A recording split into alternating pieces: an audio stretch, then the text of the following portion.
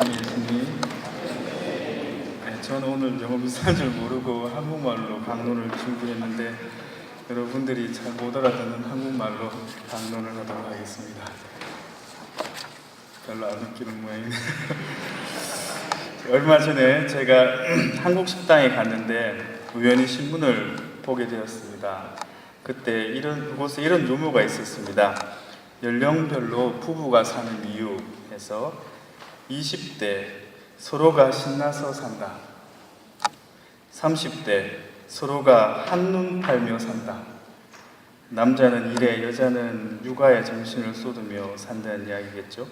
40대는 서로가 마지못해 후회하며 산다. 50대 서로가 가여워서 산다. 60대 서로가 필요해서 산다.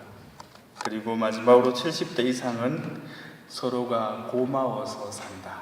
이렇게 적혀 있었습니다. 그래서 얼른 적어왔습니다. 갈등이 많던 부부 사이에도 세월이 흐르면 노년에는 서로가 서로를 필요로 하며 고마움을 느낄 수 있는 그런 사이가 될 수 있으면 좋겠습니다. 이러한 과정은 부부 사이뿐만 아니라 다른 공동체에서도 마찬가지로 일어나는 일이 아닌가 싶습니다. 가끔씩 분당의 크고 작은 단체에 활동하시면서 그 공동체에 어울리지 못하거나 공동체에 손해를 입히거나 혹은 갈등의 원인이 되는 사람들 한두 명 때문에 어려움을 호소하는 소리를 들을 때가 있습니다. 그런데 그런 갈등 구조들을 좀 더 영적인 눈 그리고 사랑의 눈으로 바라본다면 결국 문제의 원인은 나에게 있다는 것을 발견하게 될 것입니다. 그리고 하느님께서 선물로 주신 사랑을 실천할 수 있는 기회로도 바라볼 수 있을 것입니다. 예전에 읽은 영적 서적에서 이런 구절을 발견했습니다. 다른 사람을 변화시키는 것은 불가능하다고 여겨라. 다만 내가 변화되어야 한다. 그러나 공동체 안에서 죄를 짓는 사람이 있을 때에는 오늘 복음에서 예수님께서 공적인 자리가 아니라 사적인 자리에서 개별적으로 만나 조용히 타이르고 그렇지 않으면 두세 명 그래도 변화되지 않으면 교회의 권위에 의존하라고 일러주십니다. 그런데 오늘 복음을 잘못 이해해서 공동체 내에 무리를 일으키거나 나와 맞지 않는 사람이 있을 때 섣불리 이야기를 꺼내서 오히려 그 사람과 사이가 나빠져서 본인도 상대방도 힘들어하는 경우를 많이 보게 됩니다. 왼수가 서로 되는 거죠. 형제 자매 여러분, 예수님께서는 제자들에게 분명히 죄를 짓는 사람이 있거든 그렇게 하라고 앞에 구절이 나옵니다. 그죠? 죄를 짓는 사람이 있거든 그렇게 하라고 말씀하셨습니다. 죄가 뭡니까? 죄는 무엇보다도 하느님의 뜻을 거스르는 겁니다.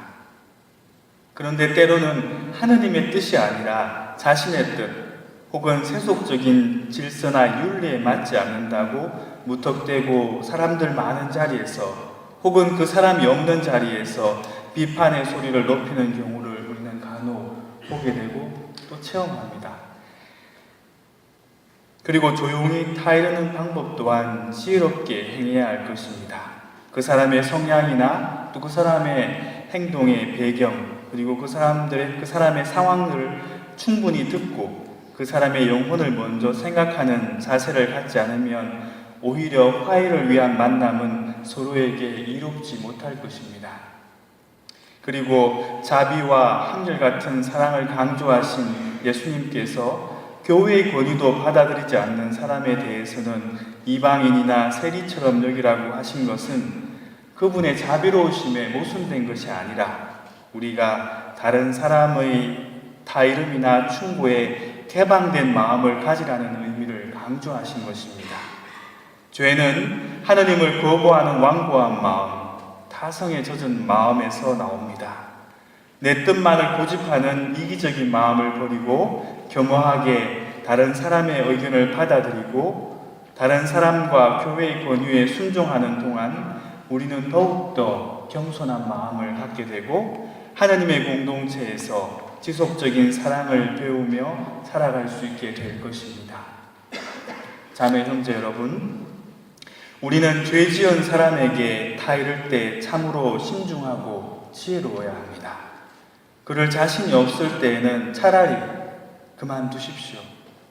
그럴 자신이 없을 때에는 차라리 그 사람을 위해서 기도하고 하느님께서 그 사람을 변화시켜 주시기를 기다리는 편이 더 나을 것입니다. 사도들 역시 예수님을 배반하며 죄를 지었지만 성령께서 그들을 치유해 주셨습니다.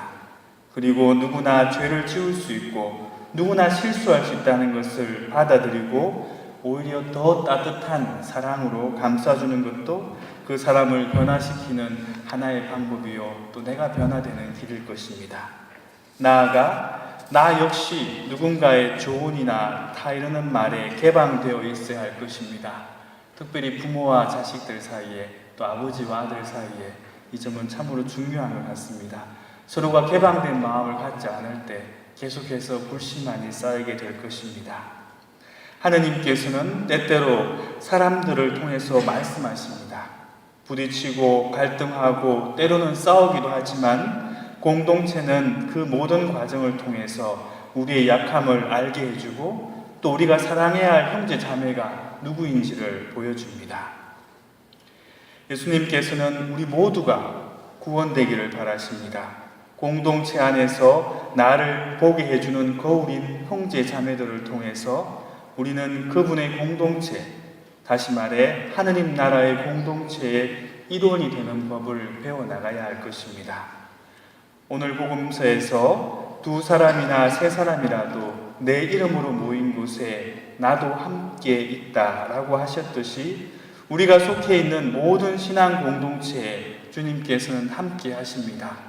꼴보기 싫은 사람 있다고 그곳에 예수님이 안 계신 게 아니죠. 공동체 내에 얽힌 관계를 풀어내고 그 과정에서 사랑을 배우고 익히며 그분 나라에서 사는 법을 배워갈 때 그 공동체는 진정 생명력을 얻고 다른 공동체 또한 모범이 될 것입니다. 힘든 사람이 있다고 그 공동체를 벗어날 생각을 하기보다는 그 사람을 통해서 주님께서 지금 나에게 과연 무엇을 말씀하시고자 하는가, 여기에 귀를 기울인다면은 그 사람을 통해서 우리 자신을 볼 수 있고 우리는 더욱더 성숙한 신앙인이 될 것입니다. 더욱더 예수님을 닮은 신앙인이 될 것입니다. 그리고 형제들의 실수를 좀 더 다른 눈으로 보는 법도 배워나갔으면 좋겠습니다. 나는 지금 내가 속한 공동체에서 다른 누군가에게 이해와 사랑을 나누고 있습니까? 아니면 불만과 불평을 마구 늘어놓고 있습니까? 남을 사랑하는 사람은 율법을 완성한 것입니다.